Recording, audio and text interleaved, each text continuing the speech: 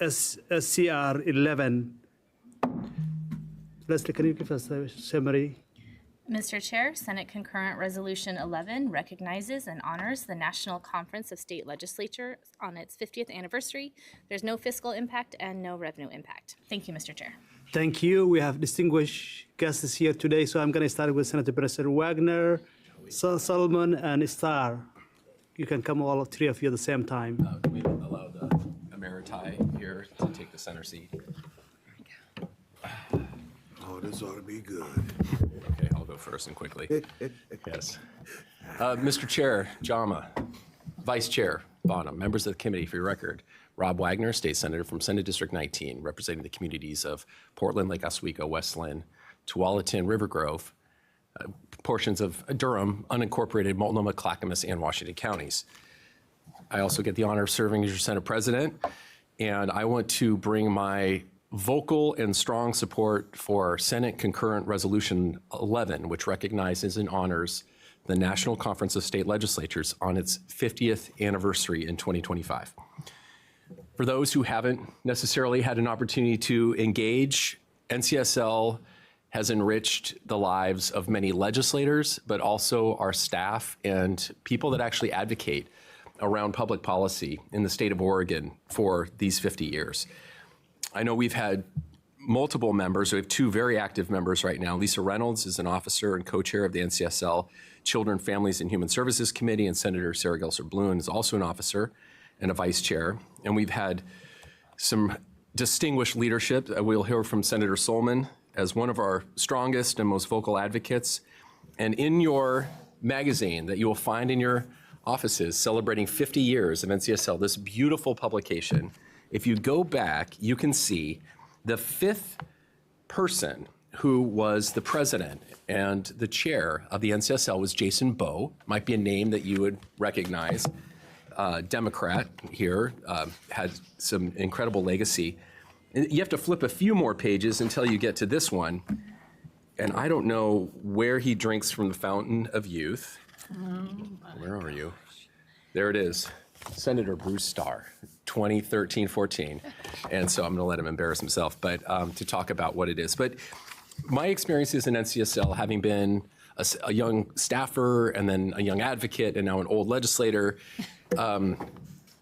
was knowing that you could actually not only participate in training programs where you are somebody who is maybe a staffer or you're a new legislator, on how to do your job, but also just how to engage people in a format and in an arrangement where there really is, they strip partisanship to the bone.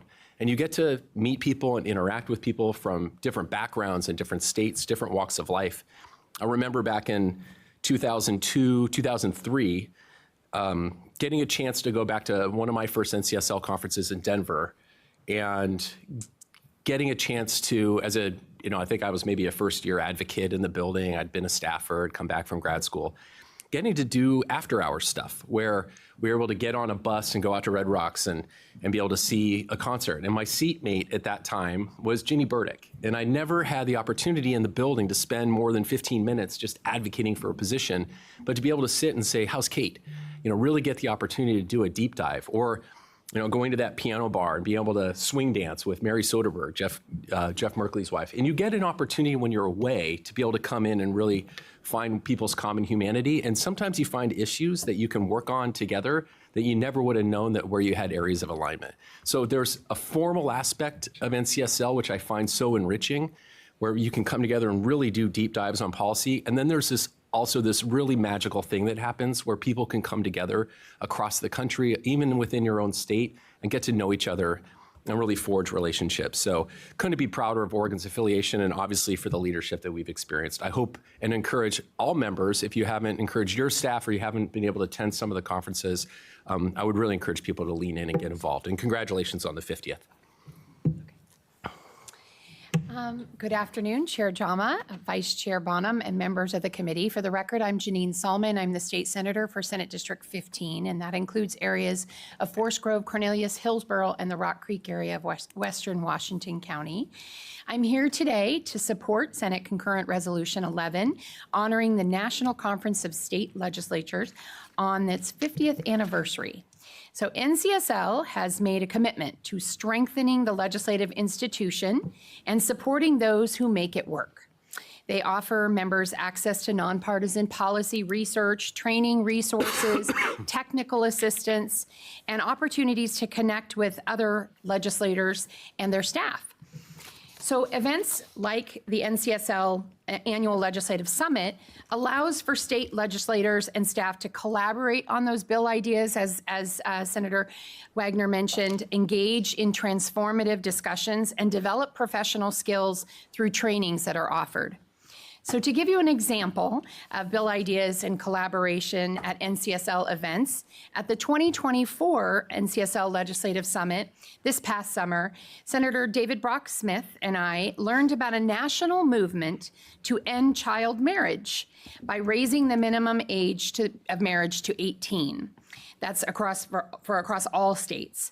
We decided to co-chief sponsor this important policy in Oregon, and Senate Bill 548, as it is known, also happens to have a public hearing today in the Senate Judiciary Committee. This is just one example of the many ways that NCSL contributes to helping lift smart policy across our states. As NCSL's state legislator lead, I empathetically encourage you to seek them out as a resource, and that they are known for their nonpartisan work. They are a trusted partner in my work, and I'm excited to continue to grow and learn more from them in the future. Colleagues, I respectfully urge your support. Thank you so much. Thank you. Thank you both to my colleagues here. For the record, Senator Bruce Starr representing Senate District 12. All of the counties, Yamhill and Polk County. I could talk a lot about NCSL from my own personal experience. Senate President Wagner referenced the fact that I had the privilege of being NCSL's 40th president, following in the footsteps of our Senate president, that was Jason Bowe, the 5th president of NCSL. NCSL is an institution that represents state legislators, but also as important is it also is a place for legislative staff. Of all of the organizations that legislators work with and through, the staff component is so critically important. As we know, our jobs, we couldn't do them without having staff that serve and work with us, and the professional development available through NCSL for legislative staff is incredible. It's super important. Each legislator across the country, all 7,383 of us, are members of NCSL. Every state legislator in the territories are members by the fact that we were elected. And each state provides dues to the organization to support that work. It's incredibly important work. The organization represents state legislators as an institution in front of the U.S. Congress and the executive branch in a very effective and important way. Our system of government, the levels between the state and the federal system, and that balance is incredibly important. And NCSL is there, has staff on the ground in DC day in and day out, marching the hills, marching in the halls of Capitol Hill, representing us. And you say, how in the world is that possible? Because you got red states and blue states, and you know, how in the world can you have a unified organization that represents state legislators? And the answer is because the policies that are adopted by the conference are policies that have broad support. While we disagree here and there on very important issues, no doubt, but a common thread is representing the responsibilities that state legislators have to their constituents, to the states that they represent. That is something that we have in common, whether you represent, a blue state or a red state. And NCSL plays an incredibly important role in that particular relationship. Something that some of the other organizations really, don't do is, they do it, but I think NCSL does it in a unique way. Personally, I got involved in NCSL as a young legislator. Ramona Kennedy, then the chief clerk of the House, tapped me on the shoulder in 2001 and said, hey, NCSL is putting together a task force on election reform. If you remember the 2000 election, it was a little controversial. And NCSL, recognizing that controversy, put together a task force, legislators from across the country, and we met every month for a year and developed a series of recommendations that the conference then presented to states to improve their processes as it relates to the controversy coming out of the 2000 election. That was my first involvement in NCSL, and from there I engaged in policy committees, elevated my way through all these chairs and through the executive committee, and ultimately having the opportunity to represent all 7,383 legislators in the country as the president of the organization. It's an incredible organization, one that I encourage legislators, new and old, to engage with as a resource. And I'm excited to be able to testify in front of you in support of this resolution, and I'd urge an aye vote. So thank you very much. Thank you, President Wagner.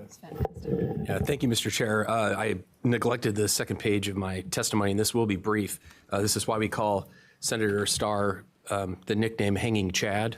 Is that anyone? Oh my gosh.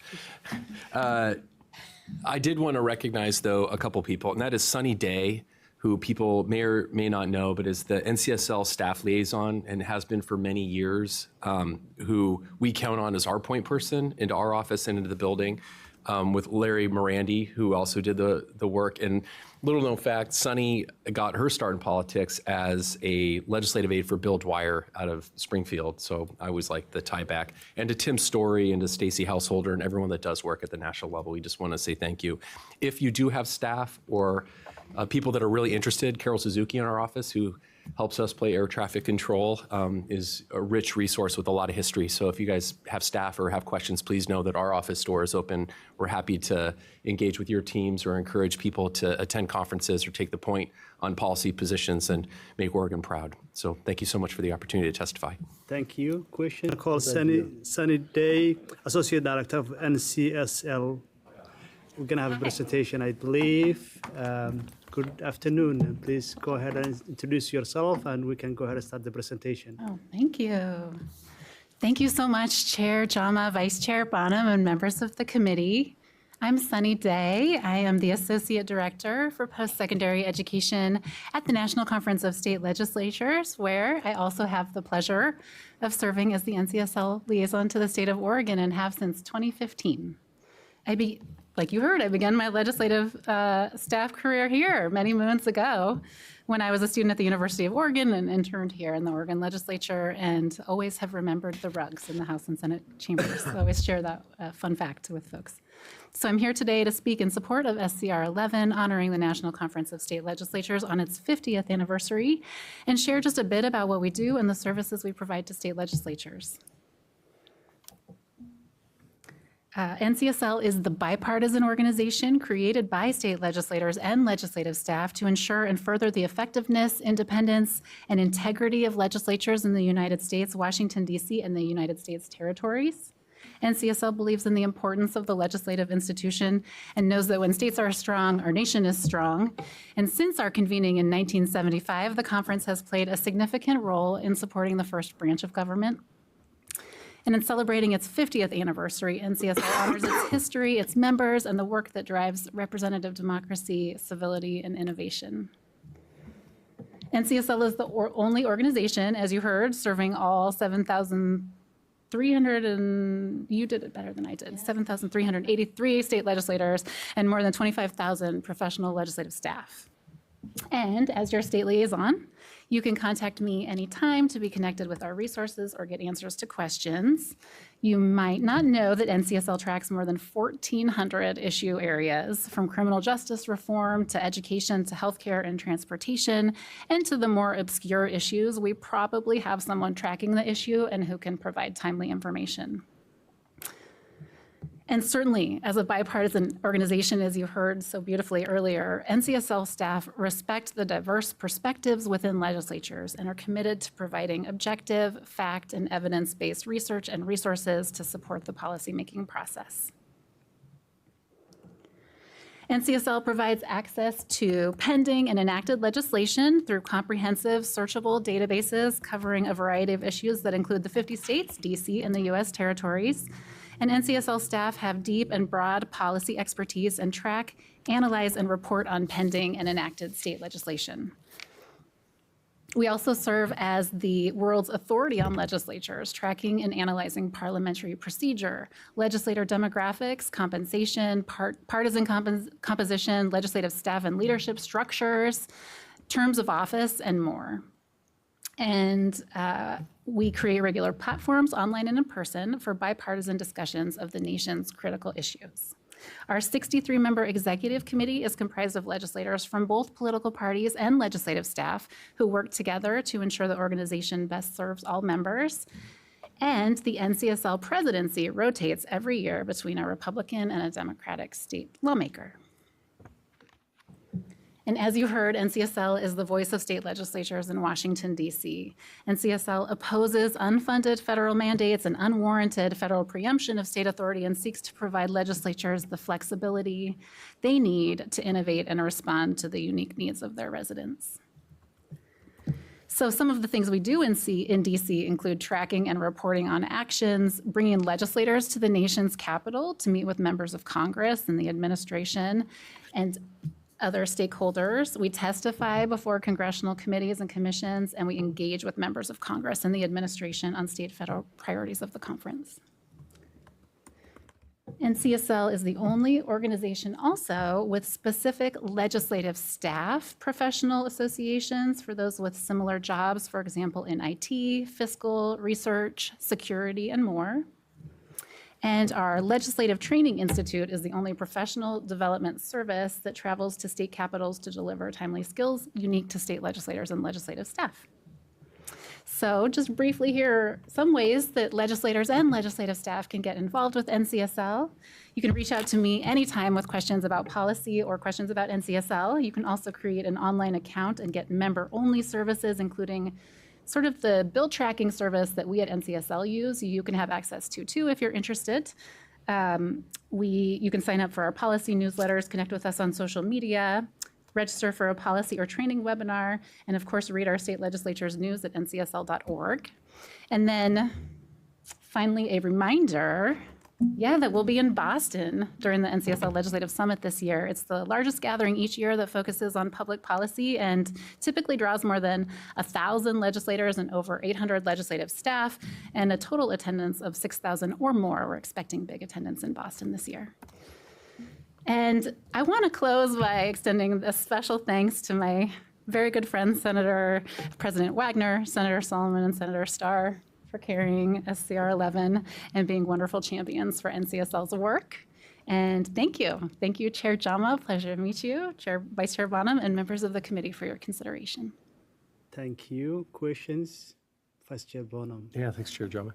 So, Sonny, I'm curious, you mentioned it alternates back and forth between Republican, Democrat leadership. Is there any consideration, is there any avenue for a third-party, small, minor party member to lead this group? I don't know the answer to that question, but I would be happy to find out. Thank you. Thanks. Any additional questions?